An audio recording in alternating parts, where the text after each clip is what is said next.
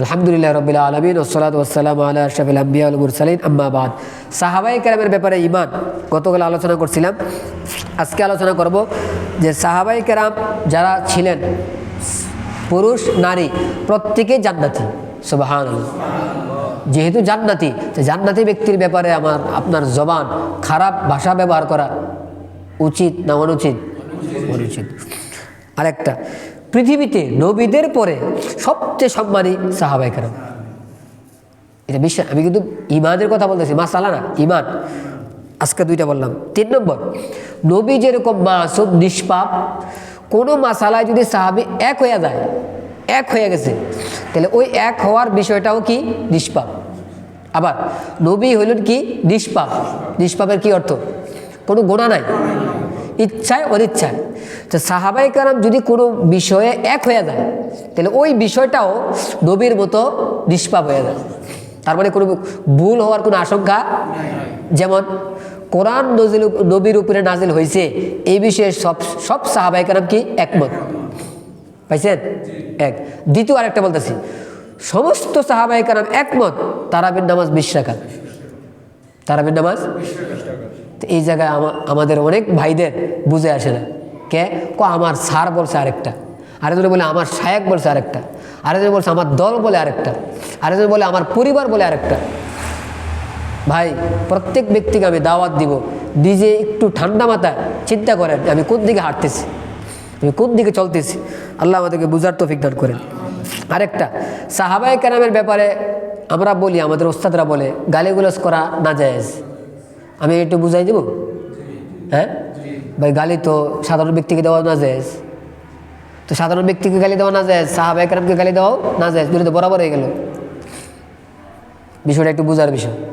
গালি দেওয়া নাজায়েজ তো আমার ভাইকেও, আমার প্রতিবেশীকেও গালি দেওয়া নাজায়েজ। তাহলে সাহাবায়ে কেরামের ব্যাপারে কি আকীদা হবে? শুধু গালি না, এমন শব্দ বলা নাজায়েজ যে শব্দটা তাদের মান কমায় দেয়। খেয়াল করেন, যেই কথা তাদের সম্মান কমায় দেয় এই শব্দ বলাও জায়েজ না। গালি তো দূরের কথা, গালি তো অনেক দূরের কথা, ওই শব্দ বলা যাবে না যে শব্দের দ্বারা সাহাবীদের সম্মান কমে যায়। এক ভাই দেখলাম, এক ভাই কথা বলতে বলতে এক সাহাবীর নাম নিয়ে বলতেছে, ওই সাহাবীর মাথা খারাপ, নাউজুবিল্লাহ। আমি বলছি, ভাই এটা আপনি কি বললেন? কয় বাস্তব। আমি কই বাস্তব কি? আপনি বাস্তব বললে তো বাস্তব হয় না। আপনার এই শব্দের কারণে এই সাহাবীর প্রতি মানুষের ধারণা কী বাদে, ঠিক না? পরে আমার আপনি কি বলবেন? আমি বলছি, উনি যেটা বলছেন এটা ঠিক বলছেন, ঠিক বলছেন। আপনি বুঝেন নাই তো ভাবছেন ওনারা কী হয়ে গেছে, মাথা ঠিক নেই। এখন উদাহরণ দিলে আপনারা এখন তো আবার 1-2 মিনিট দিতেই আমারে। নবীজি রাত্রেবেলা ঘুমাই রয়েছে, 2 জন ফেরেশতা আসছে। এক ফেরেশতা কয় নবীজি জাগ্রত, আর এক ফেরেশতা কয় নবীজি ঘুমন্ত। তো নবীজি স্বপ্ন দেখছে না, তো ফজরের পরে এটা নামাজ পরে বলছে।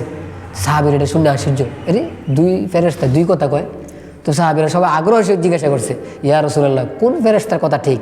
তো নবীজি বলছে দরুদের কথা ঠিক। সুবহানাল্লাহ। বলেন তো আমার আপনার ব্রেন কি বলে 2 জনের কথা ঠিক হয় কিভাবে? নবী বলতেছে দরুদের কথা ঠিক। তো সাহাবীরা জিজ্ঞাসা করছে কিভাবে ইয়া রাসূলুল্লাহ? বলতেছে যেই ফেরেশতায় বলছে আমি ঘুমন্ত, ওই ফেরেশতার দৃষ্টি হইল আমার চোখে, আর যেই ফেরেশতা বলছে আমি জাগ্রত, ওই ফেরেশতার দৃষ্টি আমার দিলে। উনি বলছেন আমার চোখ ঘুমায় কিন্তু আমার দিল ঘুমায় না। এবার ঠিক হয়েছে নি? হ্যাঁ। ওমরে ফারুক রাদিয়াল্লাহু তাআলা বলছিলেন, যদি কোনো ব্যক্তি বলে নবীজি মারা গেছে, ওরে মাইরে লাম। শুনছেন কাহিনী আপনারা? বলছে। আমি বলছি ওমরে ফারুক মিথ্যা বলে না, ঠিকই বলছে। অন্য সাহাবীরা বলছে এন্তেকাল হয়ে গেছে, আর ওমরে ফারুক বলে এন্তেকাল হয় নাই। কি অর্থ এটার? না বুঝলে পেস মনে হইব, আর বুঝলে কিন্তু পেস নাই। সব সাহাবীর দৃষ্টি নবীজির বাহ্যিক দেহের উপর, আর ওমরে ফারুকের দৃষ্টি নবীজির দিলের উপর। কি বুঝাইতে পারছি ভাই? হ্যাঁ। আবু বকর সিদ্দিক কিন্তু বলছে যে ওমর বসো, নবী পিছনে যত নবী আসছেন সমস্ত নবীর কী হয়ে গেছে, এন্তেকাল হয়ে গেছে। আমাদের নবীরও কী হয়ে গেছে, এন্তেকাল হয়ে গেছে। এন্তেকাল হয়ে গেছে। যারা আল্লাহর ইবাদত করতেন মনে রাখবেন আল্লাহ জীবিত আছে, আর নবীর ইবাদত যদি কেউ করে থাকেন তো শোনেন নবীজির কী হয়ে গেছে, এন্তেকাল হয়ে গেছে। এটার অর্থ এটা না যে ওমরের কথা কী হয়েছে, ভুল হয়ে গেছে, এটা না।